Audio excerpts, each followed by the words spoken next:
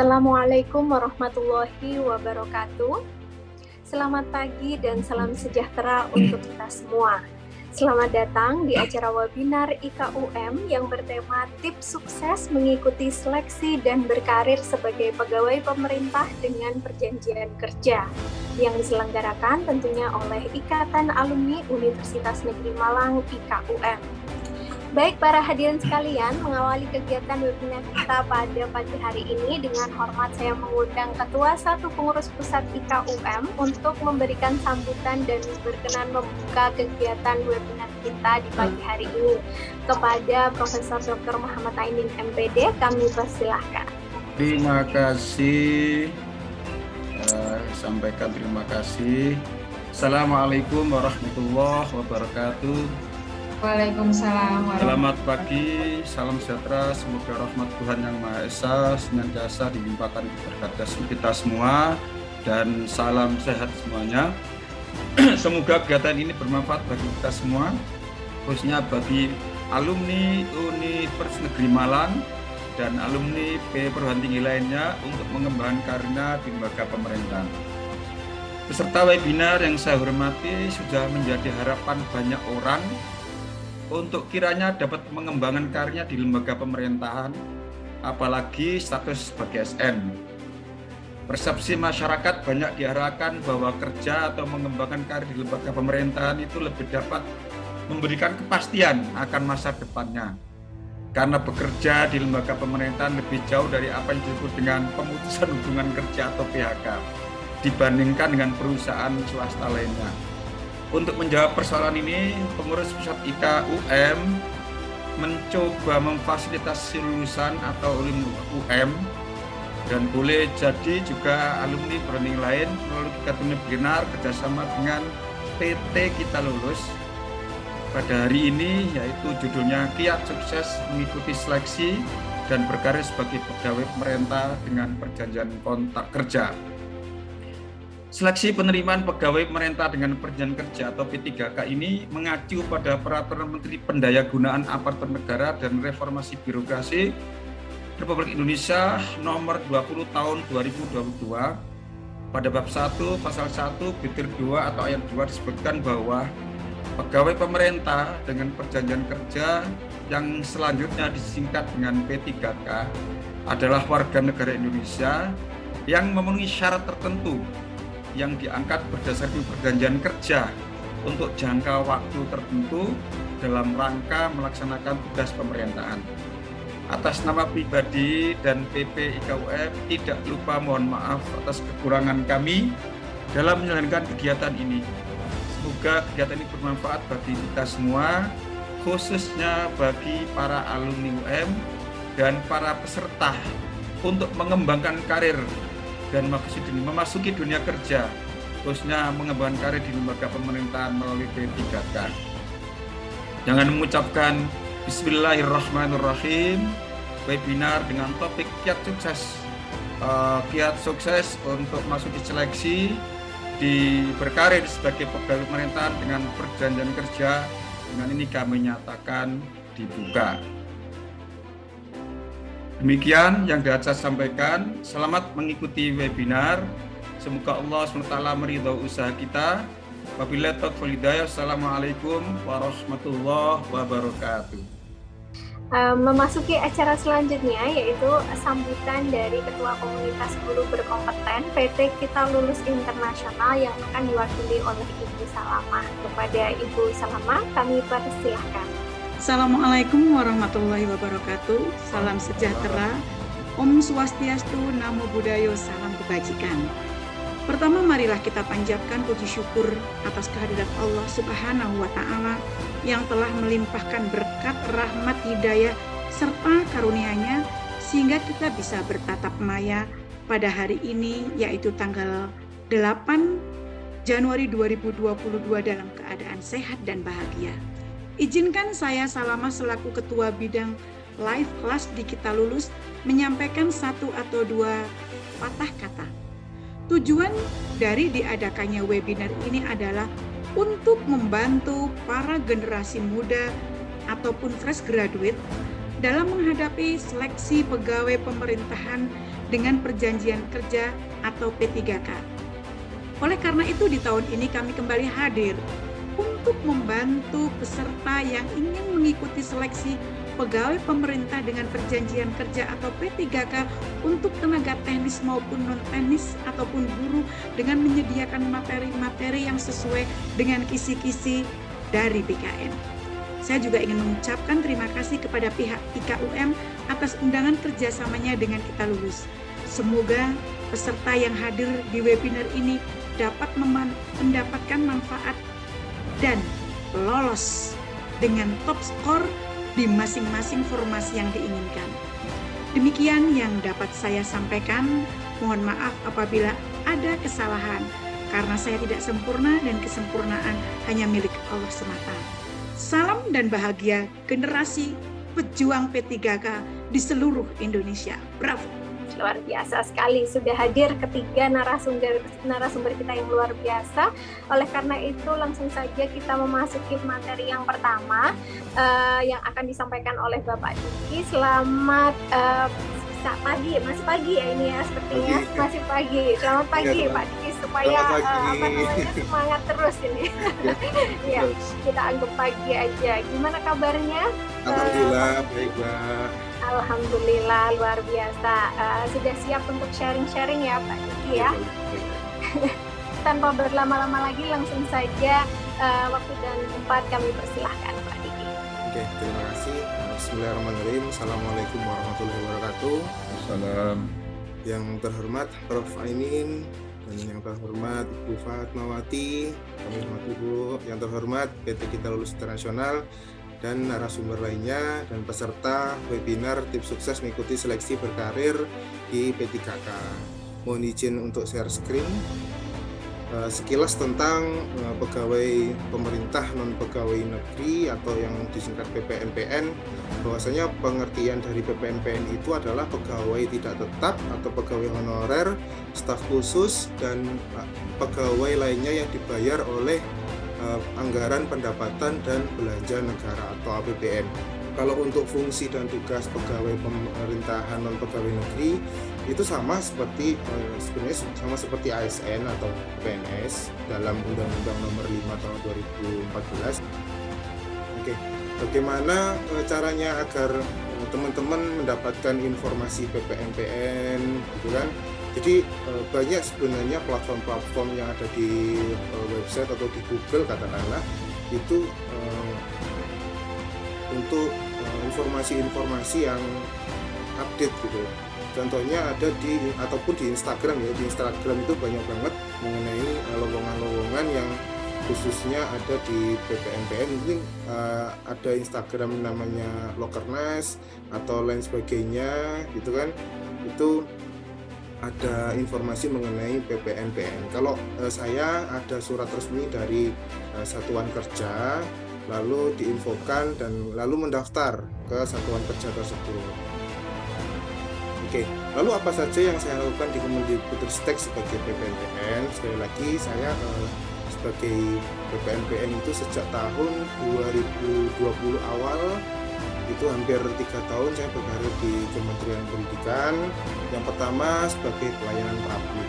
Pelayanan publik ini saya melayani tanya jawab mengenai ajang talenta lomba SD dan SMP.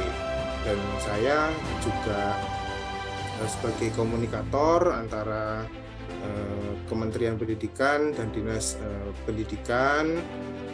Nah, yang kedua, saya juga sebagai event organizer yang ada di Pusat Prestasi Nasional, yaitu penanggung jawab bidang lomba dan pelaksana teknis lomba.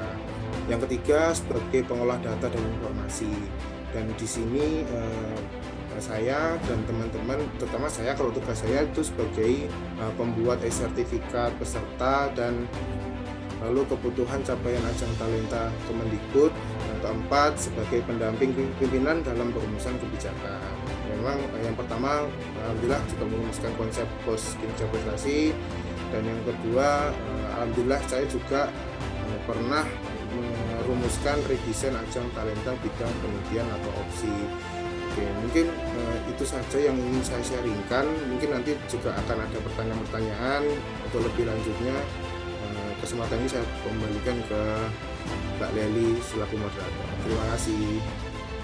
Selanjutnya di sesi materi kedua telah hadir bersama kita Ibu Reni Ike Sulistiowati SPD MPD. Selamat pagi Ibu Reni. Selamat pagi Mbak Leli. Iya, selamat datang. Sehat Bu? Alhamdulillah sehat, terima kasih. Alhamdulillah, iya, luar biasa sekali. Sudah siap ya Bu menyampaikan materinya ya. Oleh karena itu langsung saja waktu dan tempat saya persilahkan. Assalamualaikum warahmatullahi wabarakatuh. Assalamualaikum warahmatullahi wabarakatuh. Selamat pagi semuanya, mudah-mudahan kita semua dalam keadaan sehat walafiat. Nah, di sini kalau tadi dari Bapak Diki sudah memberikan informasi terkait bagaimana tentang kepegawaian ya, terkait dengan kepegawaian dan administrasi. Maka di sini izinkan saya berbagi tips dan trik bagaimana nantinya kita bisa. Jadi di sini kebetulan saya berada di salah satu instansi SMA negeri di Kabupaten Malang. Kami berada di bawah naungan Dinas Pendidikan Provinsi Jawa Timur. Ada beberapa tips ya dari saya. Yang pertama, kita harus benar-benar memperhatikan administrasi. Pastikan semua syarat administrasi terpenuhi. Nah, itu kita membutuhkan waktu untuk menyiapkan hal tersebut. Karena poin-poin yang ada di dalamnya itu sangat banyak sekali yang diminta dari setiap lembaga. Yang kedua yaitu kita harus bisa memahami jenis soal P3K. Karena nantinya soal P3K ini berbeda dengan soal CPNS. Tips yang ketiga yaitu adalah memastikan waktu dan target. Kita harus memiliki target. Kita harus memiliki skala prioritas. Selanjutnya yaitu kita harus banyak-banyak latihan soal, kemudian menenangkan hati, dan yang terakhir adalah kita berserah diri. Berbanyak berdoa dan juga bersedekah. Berbuat baik kepada siapapun. Nah, di sini untuk yang pertama, pastikan semua syarat administrasi terpenuhi dengan benar. Yang pertama, biasanya paling banyak diminta dari rata-rata kelengkapan administrasi ya, itu adalah surat keterangan dari lembaga. Nah, ini diperuntukkan bagi yang sudah bekerja. Itu ada beberapa lembaga yang dimana formasinya meminta syarat wajib tambahan untuk formasi tertentu, seperti misalnya bidang kesehatan harus menunjukkan adanya STR begitu. Kemudian selanjutnya yaitu adanya kelengkapan umum. Nah, kelengkapan umum di sini kita harus bisa memenuhi syarat-syarat kelengkapan administrasi yang lainnya sesuai permintaan masing-masing formasi. Kelengkapan umum di sini rata-rata sama, baik itu dari keguruan maupun non-keguruan. Itu sama semuanya. Selanjutnya yang kedua yaitu jenis soal P3K berbeda dengan soal CPNS. Untuk tes P3K kita hanya ada 1 kali tes. Jadi beda dengan CPNS. Kalau CPNS kita ada 2 kali. Selanjutnya kalau di sini ada waktu dan target. Fungsinya adalah supaya kita punya target yang tepat, kita punya skala prioritas, kita belajar apa, kita nanti harus mampu menentukan apa, berapa pencapaian soal yang harus kita kerjakan, dan apakah kita hanya terpaku pada satu bidang jenis soal saja. Perbanyak latihan soal. Nah, di sini kita harus bisa menyesuaikan gaya belajar. Kadang teman-teman tuh ada yang gaya belajarnya harus di tempat yang hening, ada yang sambil dengarkan musik. Nah, itu kenali ya, kita mengenali potensi diri. Selanjutnya, ketika nanti kita sudah melengkapi syarat administrasi dan alhamdulillah lolos begitu ya, jangan lupa kita harus tetap menenangkan hati. Mari langsung saja kita sambut Ibu Salamah untuk menyampaikan materinya. Silakan Ibu Salamah. Ya, terima kasih semuanya. Selamat siang. Saya mengatakan Sobat Lulus Indonesia saja. Selamat siang Sobat Lulus Indonesia. Semoga di pagi menjelang siang ini tetap masih on fire. Hari ini saya tidak membawakan soal tertulis tentang banyak kompetensi teknis, tapi akan saya bacakan di sini. Penguasaan pengetahuan sesuai dengan kompetensi yang Anda lamar. Yang kemudian keterampilan, how to, bagaimana menerapkan pengetahuan Anda, ilmu pengetahuan Anda teoritis Anda kepada soal-soal yang berbentuk studi kasus. Tadi sudah Bu Salama kasih contoh. Kemudian sikap atau perilaku yang dapat diukur dan dikembangkan. Dalam hal ini setiap calon ASN itu harus memiliki kompetensi kepribadian dan kompetensi sosial yang harus dimiliki. Kemudian materi tentang sosiokultur. Nah, kalau sosiokultur ini benar-benar soalnya berbasis implementatif studi kasus. Kita adalah pemimpin bagi diri kita sendiri. Kita adalah manajer bagi kita sendiri. Untuk itu, kita harus memiliki kemampuan manajerial. Jadi manajerial otaknya jangan hanya pimpinan, tapi kita. Bahwa kita akan memanajerial diri kita terkait apa? Integritas, kerjasama, komunikasi, orientasi pada hasil, dan semuanya. Ya, oke. Kita lanjutkan sekarang adalah soal pada sosiokultur. Nah, kalau sosiokultur ini berisi tentang ini. Ya, kata kuncinya, peran pemangku jabatan sebagai perekat bangsa yang memiliki kepekaan terhadap sosial budaya. Contohnya biasanya kalau kita beda budaya, kita harus apa gitu loh. Kemudian kemampuan berhubungan sosial.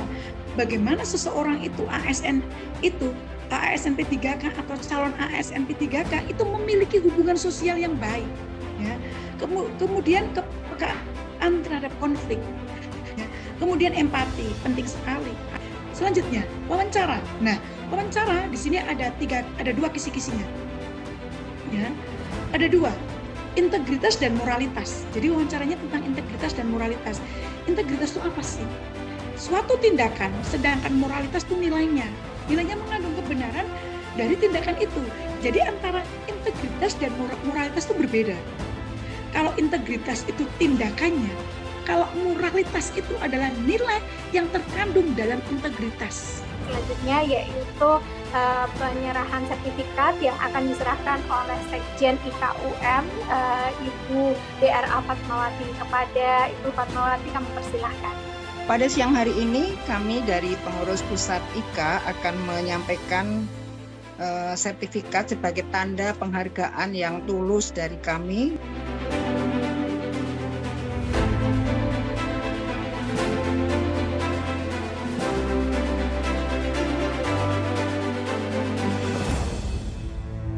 Tidak terasa kita sudah berada di penghujung acara ini. Saya Lali Wijayanti sebagai MC dan moderator undur diri. Mohon maaf sebesar-besarnya atas kekurangan saya dalam memandu acara. Terima kasih banyak atas partisipasinya dalam webinar IKUM kali ini. Akhir kata, wassalamualaikum warahmatullahi wabarakatuh.